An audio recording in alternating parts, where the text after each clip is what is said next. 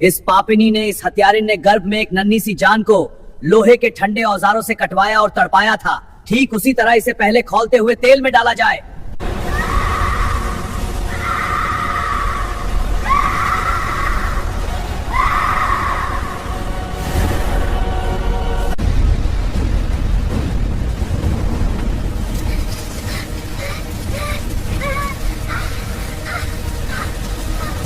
गरुड़ पुराण कहता है कि जो हाथ एक अजन्मे प्राण को खत्म करते हैं, यमराज उन्हें उस नरक में फेंकते हैं जहां की आग युगों युगों तक नहीं बुझती। आज हम जानेंगे उस महापाप की वो सजा जिसे सुनकर आपकी रूह कांप जाएगी। जिस आत्मा की नियति स्वयं विधाता ने गढ़ी हो, उसकी सांसें जन्म से पहले छीनने वालों का अंजाम क्या होगा।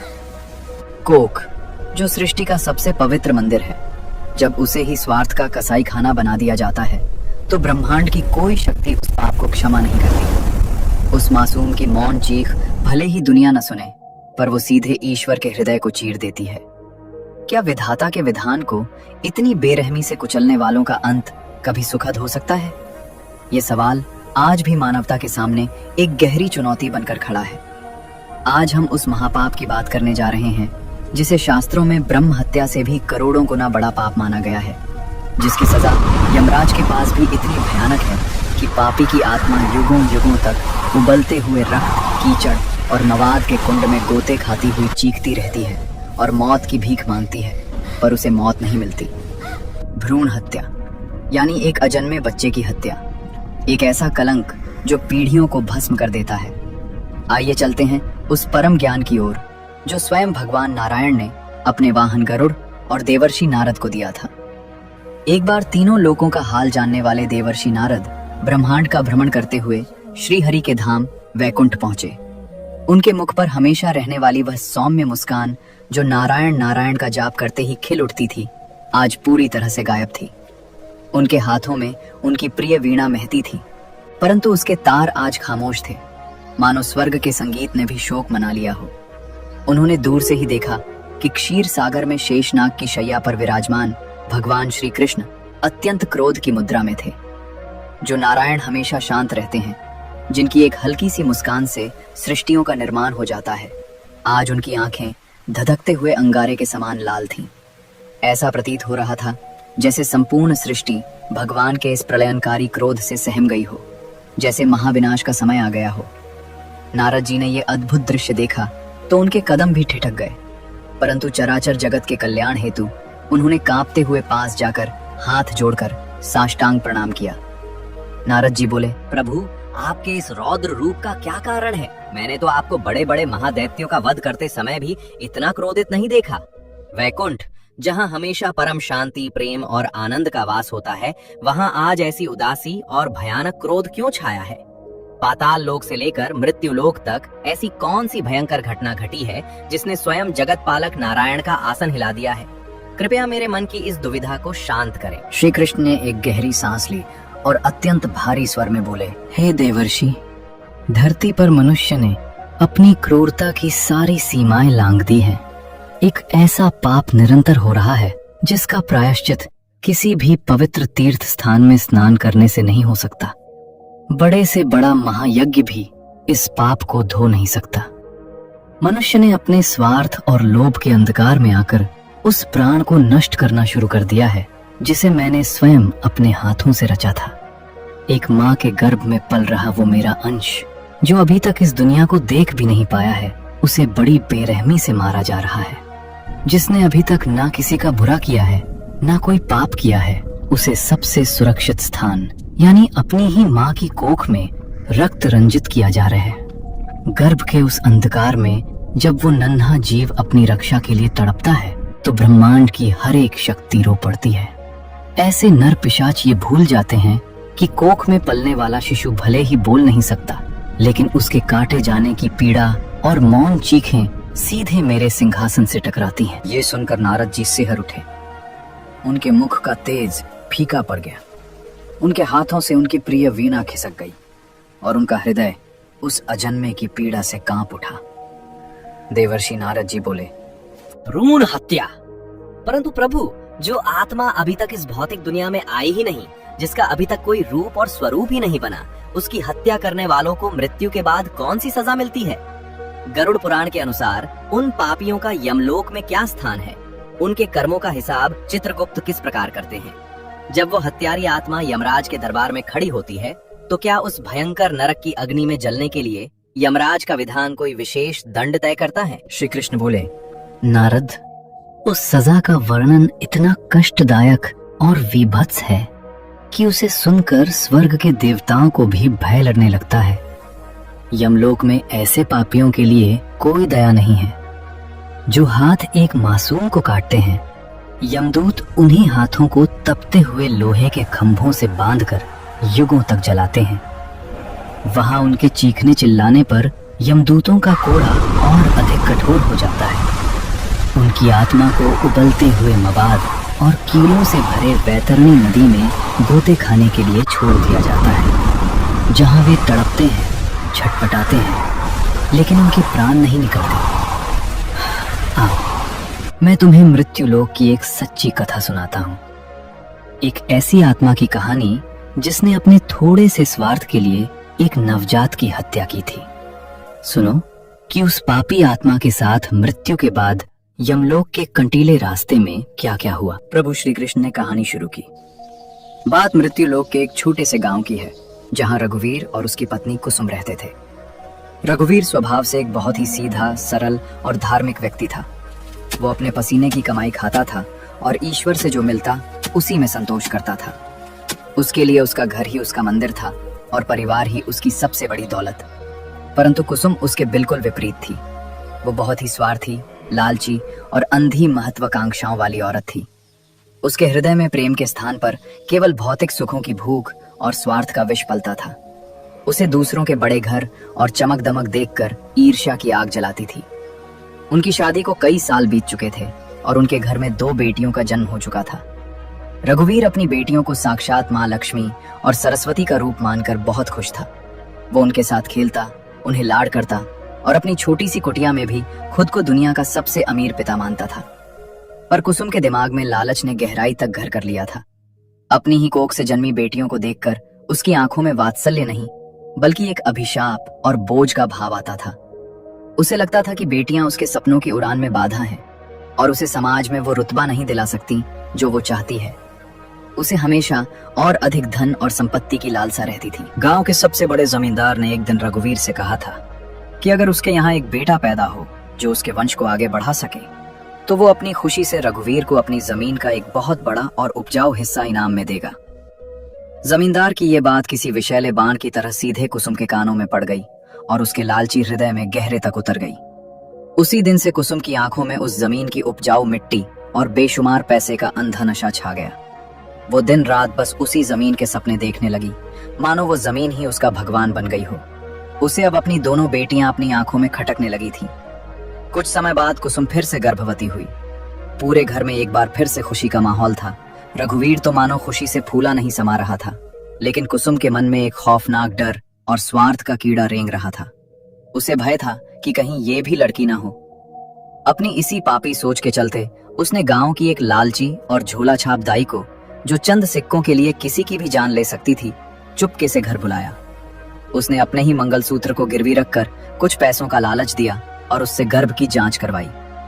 उस कुटिल दाई ने उसे बताया कि उसके गर्भ में पल रहा बच्चा फिर से एक लड़की है। ये सुनते ही कुसुम के धनवान बनने के सपनों का महल कांच की तरह चकनाचूर हो गया। उसका स्वार्थ और लालच इस कदर अंधा हो गया कि उसने उस नन्ही जान के पिता रघुवीर को बिना बताए एक ऐसा खौफनाक फैसला ले लिया जिसे सुनकर यमदूतों की भी रूह कांप जाए। एक अमावस की मनहूस रात उसने उस कसाई रूपी दाई को फिर से अपने घर बुलाया। वो बहुत ही डरावनी और अंधेरी रात थी। आसमान में काले बादल ऐसे छाए थे मानो सूर्य कभी निकलेगा ही नहीं, और बाहर बहुत तेज डरावनी हवाएं चल रही थी। कुत्तों के रोने की भयानक आवाजें आ रही थी। ऐसा लग रहा था जैसे स्वयं प्रकृति भी चीख चीख कर इस होने वाले महापाप को रोकना चाहती हो। मानो हवाएं भी उस कोख में पल रही बच्ची के लिए दया की भीख मांग रही हों। लेकिन कुसुम के सिर पर तो जमीन और पैसों का शैतान सवार था। उसकी ममता पूरी तरह मर चुकी थी। उसने कुछ रुपयों और मिट्टी के एक टुकड़े के लालच में आकर उस नन्ही सी जान को, जो अभी तक दुनिया देखने वाली थी, जो अभी तक ठीक से सांस लेना भी नहीं सीखी थी, जो शायद अपनी माँ की धड़कनों को सुनकर सुरक्षित महसूस कर रही थी। उसे लोहे के ठंडे जंग लगे औजारों से अपने ही गर्भ में अत्यंत बेरहमी से नष्ट करवा दिया। उस अजन्मे प्राण के खून से उस रात धरती भी अपवित्र हो गई। अगली सुबह जब सूरज की किरणें आंगन में पड़ी और रघुवीर को अपनी पत्नी की इस विभत्स और पिशाची घटना का पता चला, तो वो जैसे पत्थर का हो गया। फिर वो जमीन पर पछाड़ खाकर गिरा और फूट फूट कर रोया। उस असहाय पिता का हृदय छलनी हो गया था। उसके आंसू रुकने का नाम नहीं ले रहे थे। उसने क्रोध और असीम पीड़ा से भरकर लालच में अंधी अपनी पत्नी कुसुम से कहा, तूने क्या किया पापनी? तूने अपने एक छोटे से स्वार्थ के लिए ईश्वर के साक्षात अंश को मार दिया। एक माँ होकर, जन्म देने वाली होकर तूने एक रक्त पिपासु राक्षस का काम किया है। तेरा अंत बहुत भयानक होगा कुसुम। ब्रह्मांड की कोई भी शक्ति, कोई भी देवी देवता और स्वयं प्रकृति तुझे इस महापाप के लिए कभी क्षमा नहीं करेगी। तूने जीते जी नरक के द्वार खोल लिए हैं। अपने पति के इन शापित वचनों को सुनकर कुसुम जोर जोर से अट्टहास करते हुए हंसी और अहंकार में चूर होकर बोली, जो मांस का लोथड़ा अभी तक पैदा ही नहीं हुआ, जिसने इस दुनिया में आंखें ही नहीं खोली, जो अभी इंसान ही नहीं बना, उसका कैसा पाप और कैसी सजा। मैं तो बस अपने परिवार का भविष्य सुरक्षित कर रही थी। परंतु क्या वो मूर्ख और अज्ञानी स्त्री ये भूल गई थी कि ईश्वर की हजारों लाखों आंखों से इस ब्रह्मांड का कोई भी कोना, कोई भी अंधकार छिपा नहीं है। नारायण की दृष्टि तो पाताल के अंधेरे में भी चींटी के चलने को देख लेती है। समय अपनी निर्दयी गति से बीतता रहा। कुसुम ने अपने पाप और छल से वो जमीन तो पाली, पर उसे जीवन में कभी चैन की एक सांस नहीं आई। पाप की नींव पर खड़ी उसकी खुशियों की इमारत बहुत जल्द ढहने लगी। उसका पूरा जीवन भयानक असाध्य बीमारियों, घर के रोज रोज के क्लेश और एक खौफनाक मानसिक आतंक में बीता। उसे उसके बाद कभी रात को चैन की नींद नहीं आई। जैसे ही वो अपनी भारी आंखें बंद करती, उसे उस घने अंधेरे से नवजात बच्चों के सिसकने और रोने की दर्दनाक आवाजें आती थीं। वो रातों को अचानक उठकर पागलों की तरह चीखने लगती थी, अपने बाल नोचने लगती थी। उसे ऐसा लगता था जैसे खून से सने हुए छोटे छोटे ठंडे हाथ रेंगते हुए उसके बिस्तर पर आ रहे हों और उसका गला घोंट रहे हों। उसका अपना ही घर उसके लिए यमराज का कारागार बन गया था। और फिर एक दिन अचानक उसके शरीर में एक ऐसा भयानक, चीर देने वाला दर्द उठा जिसका कोई भी वैद्य या हकीम इलाज नहीं कर सका। ऐसा लगता था जैसे उसके शरीर के अंदर कोई उसे काट रहा हो। कई हफ्तों तक बिस्तर पर तड़पने, कीड़े पड़ने और खून की उल्टियां करने के बाद उस अजन्मे की कातिल कुसुम की अत्यंत कष्टदायक मृत्यु हो गई। जैसे ही मृत्यु हुई, कुसुम की आत्मा अपने शरीर से झटके से अलग हुई। उस पापिनी के प्राण कंठ में ऐसे अटके थे मानो कोई उसे अंदर से खींच रहा हो। शरीर से अलग होते ही उसे चारों ओर एक ऐसा भयानक और गुप्त अंधेरा दिखाई दिया जिसकी उसने कभी कल्पना भी नहीं की थी। पर उसे स्वर्ग ले जाने के लिए कोई दिव्य देवदूत, कोई पुष्पक विमान या चंदन की सुगंध नहीं आई। उसे लेने आए थे यमराज के सबसे क्रूर, निर्दयी और भयानक दूत, जिन्हें देखते ही आत्मा थर थर कांपने लगती है।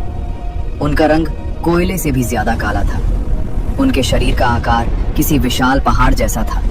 उनके बड़े बड़े नुकीले दांत बाहर निकले हुए थे और उनकी लाल धधकती आंखों से साक्षात आग बरस रही थी। उनके हाथों में आग से दहकती हुई लोहे की भारी जंजीरें, कांटेदार रस्सियां और खौफनाक कोड़े थे जिनसे उठने वाली लपटें आत्मा को झुलसा रही थी। उन्होंने बिना एक पल गवाए, बिना कोई दया दिखाए कुसुम की कांपती हुई आत्मा को उस तपती हुई कांटेदार रस्सी से अत्यंत बेरहमी से बांध लिया।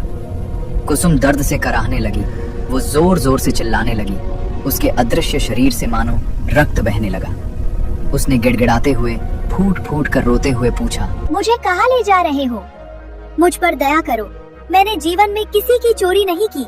मैंने अपने हाथों से किसी का खून नहीं किया। मुझे छोड़ दो, मुझे मेरे घर जाने दो। उसकी पुकार सुनकर यमराज के दूत बहुत जोर से एक पैशाचिक अट्टहास के साथ हंसे। उनकी उस भयानक और गूंजती हुई हंसी से पाताल लोक तक कांप गया। दिशाएं दहल उठी। उनमें से एक विशाल दूत ने अपनी भयानक गरजती हुई आवाज में कहा, पापिनी, मूर्ख स्त्री, तूने दुनिया का सबसे बड़ा और सबसे घिनौना पाप किया है।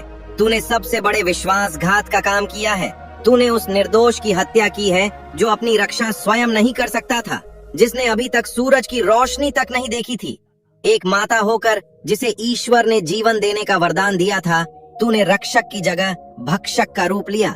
तूने एक कसाई बनकर अपनी ही कोख को कब्रिस्तान बना दिया। अब तू गरुड़ पुराण के उस सबसे खौफनाक नरक में जाएगी जिसका नाम रौरव है। इतना कहकर यमदूत उसे तपती हुई बालू, रेत, नुकीले पत्थरों और बिच्छू के डंक जैसे कांटों के रास्ते पर घसीटते हुए यमलोक की ओर ले गए। रास्ते में भयंकर अंधकार और दुर्गंध थी। तभी उन्हें वैतरणी नदी मिली, जिसका दृश्य देखकर ही रूह सूख जाए। उस नदी में पानी नहीं, बल्कि खौलता और उबलता हुआ खून, पीप, मवाद, बाल और सड़ा हुआ मांस बह रहा था। उसमें भयानक मगरमच्छ और मांस खाने वाले कीड़े तैर रहे थे। दूतों ने उसे उसी खौलती हुई नदी में धक्का दे दिया और उसे डुबो कर उसके बालों से खींचकर आगे बढ़ाया। वो चीखती रही, पर वहां सुनने वाला कोई नहीं था। ये सब बताते हुए श्री कृष्ण का स्वर और भी गंभीर हो गया। उनके चेहरे पर एक कठोर न्याय का भाव आ गया। श्री कृष्ण बोले, नारद, रौरव नरक कोई साधारण नरक नहीं है। वहां धधकती हुई आग नहीं होती जो शरीर को जलाकर भस्म कर दे, बल्कि वहां रुरु नाम के बेहद भयानक और खूंखार कीड़े होते हैं। वे कीड़े लोहे की तरह कठोर, काले और नुकीले होते हैं। उनके दांत आरी के समान होते हैं और उनकी भूख कभी शांत नहीं होती। जब भ्रूण हत्या करने वाली किसी पापी आत्मा को वहां के गहरे अंधेरे कुएं में फेंका जाता है, तो वो लाखों करोड़ों भूखे कीड़े उस आत्मा को चारों तरफ से घेर लेते हैं और उसे बुरी तरह जीवित अवस्था में ही नोचना और कुतरना शुरू कर देते हैं। आत्मा दर्द से तड़पती है, छटपटाती है, खून के आंसू रोती है, पर वहां उसकी मृत्यु नहीं होती, क्योंकि मृत्यु के बाद आत्मा तो अमर है। वहां सिर्फ और सिर्फ असीम पीड़ा होती है, एक ऐसा दर्द जिसका कोई अंत नहीं। अंततः कुसुम को जब यमराज के विशाल, काले और डरावने दरबार में पेश किया गया, तो वहां भयानक सन्नाटा छा गया। भगवान यमराज अपने काले भैंसे पर सवार, हाथों में कालदंड लिए, अपने ऊंचे राज सिंहासन पर विराजमान थे। उनका रूप साक्षात महाकाल के समान था। उनके बगल में बैठे चित्रगुप्त ने कुसुम के पापों का भयानक चिट्ठा खोला और उसके जीवन का हर एक काला सच, गर्भ में हुई उस चीख का पूरा हिसाब सबके सामने रख दिया। वो एक एक क्षण दरबार में गूंज उठा। यमराज की आंखें क्रोध से लाल हो गईं, भ्रिकुटी तन गई। उन्होंने धर्मानुसार अपना अटल और कठोर निर्णय सुनाया और अपनी गरजती हुई आवाज में कहा, जिस तरह इस पापनी ने, इस ममता की हत्यारिन ने गर्भ के गहरे अंधेरे में एक नन्ही सी जान को, एक ईश्वर के अंश को लोहे के ठंडे औजारों से कटवाया और तरपाया था, ठीक उसी तरह इसे पहले खौलते हुए तेल के कुंभी पाक और फिर रौरव नरक में डाला जाए। आदेश मिलते ही यमदूतों ने कुसुम को बालों से उठाया और एक ऐसे विशाल खौलते हुए कड़ाहे में फेंक दिया जिसमें उबलता हुआ रक्त, खून और पीप था। ये यमलोक का सबसे खौफनाक कुंभीपाक नरक था। कड़ाहे की विशालता इतनी थी कि उसमें लाखों पापी एक साथ उबाले जा रहे थे। जैसे ही कुसुम उस खौलते हुए दुर्गंध युक्त द्रव्य में गिरी, उसकी आत्मा की चीख पाताल के अंतिम छोर तक गूंज उठी। उसकी त्वचा बुरी तरह जलने लगी, उसकी हड्डियां पिघलने लगी।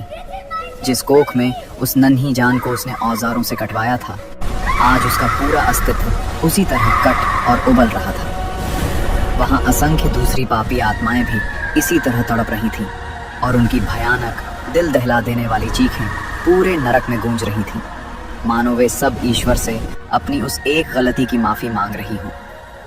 कई 100 सालों तक कुंभीपाक की उस असहनीय आग में उबलने और जलने के बाद यमदूतों ने उसे लोहे के भालों में पिरोकर घसीटते हुए रौरव नरक में ले जाया गया। वहां उन खूंखार, काले और लोहे के दांतों वाले रुरु कीड़ों ने कुसुम की आत्मा पर हमला कर दिया और उसे जिंदा नोच नोच कर खाना शुरू कर दिया। वे कीड़े उसके शरीर के हर अंग को कुतरते, पर आत्मा को मृत्यु नहीं आती। हर बार जब उसकी आत्मा दर्द से बिखरने लगती, जब उसके सहने की सारी सीमाएं टूट जाती, तब नरक की गर्म और जहरीली हवा उसे फिर से जोड़ देती, एक नया शरीर दे देती, ताकि उसकी पीड़ा का अंत कभी न हो सके। कुसुम दर्द से पागल होकर चिल्ला चिल्ला कर रो रही थी। मुझे माफ कर दो, मुझे एक बार बचा लो, मैं फिर कभी ऐसा पाप नहीं करूंगी। परंतु नरक के उन अंधकारमय कक्षों में दया का कोई स्थान नहीं होता। वहां उसे तब तक वो भयंकर और अमानवीय पीड़ा सहनी पड़ी जब तक उसके पाप का घड़ा पूरी तरह खाली नहीं हो गया। इतना बताने के बाद श्री कृष्ण थोड़ा रुके। उनके नेत्रों में एक अजीब सी उदासी छा गई। देवर्षि नारद के चेहरे पर भय और चिंता के भाव स्पष्ट थे।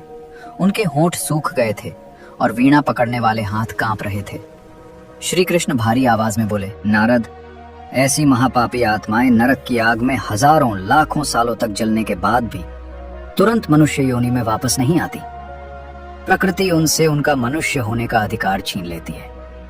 गरुड़ पुराण स्पष्ट रूप से कहता है कि जो व्यक्ति भ्रूण हत्या करता है या जो इसमें उसकी मदद करता है, चाहे वो वैद्य हो या दाई, या जो इस पाप को मूक दर्शक बनकर होने देता है, उसे अगले कई जन्मों तक चांडाल, कुत्तों, सुअरों और गधों की नीच योनि में जन्म लेना पड़ता है।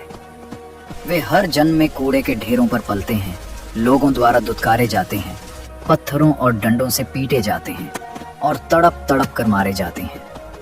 और अगर सदियों बाद, लाखों कष्ट सहने के बाद किसी तरह उन्हें मनुष्य जन्म मिल भी जाए, तो वे कोढ़ और दूसरी भयानक लाइलाज बीमारियों से ग्रस्त होकर ही पैदा होते हैं। उनका शरीर गलने लगता है, समाज उन्हें त्याग देता है। उन्हें जीवन में कभी संतान सुख प्राप्त नहीं होता। वे एक बच्चे की किलकारी सुनने के लिए जीवन भर तरसते हैं। उनका जीवन एक चलते फिरते नरक के समान होता है, जहां मौत भी उनसे दूर भागती है। ये सुनकर नारद जी सिहर उठे। उनके रोंगटे खड़े हो गए और आंखों में आंसू आ गए। उन्होंने हाथ जोड़कर बहुत ही करुण और कांपते हुए स्वर में प्रभु से पूछा, प्रभु, ये तो बहुत ही कठोर और रूह कपा देने वाला दंड है। क्या इस महापाप का कोई प्रायश्चित ही नहीं है? यदि कोई अज्ञानतावश या स्वार्थ में आकर यह गलती कर बैठे, तो क्या ऐसी पापी आत्मा को कभी किसी भी युग में मुक्ति नहीं मिलती? श्री कृष्ण बोले, प्रायश्चित बहुत कठिन है नारद, इतना कठिन कि इसे निभाना हर किसी के बस की बात नहीं। यदि जीते जी किसी से ये पाप हो गया हो और उसे अपनी भूल का सच्चा पश्चाताप हो, उसके हृदय में उस अजन्मे के लिए सच्चे आंसू हों, तो ऐसे व्यक्ति को अपना शेष जीवन भर अनाथ और असहाय बच्चों की सेवा करनी पड़ती है।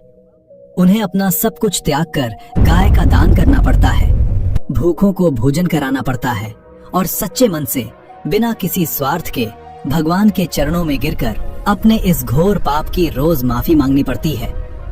ईश्वर क्षमाशील है। सच्चे पश्चाताप और आजीवन तपस्या से पाप का भार कुछ कम अवश्य हो सकता है, लेकिन मृत्यु के बाद यमलोक में सिर्फ और सिर्फ कर्मों का कठोर हिसाब होता है। वहां किसी के लिए कोई माफी नहीं है।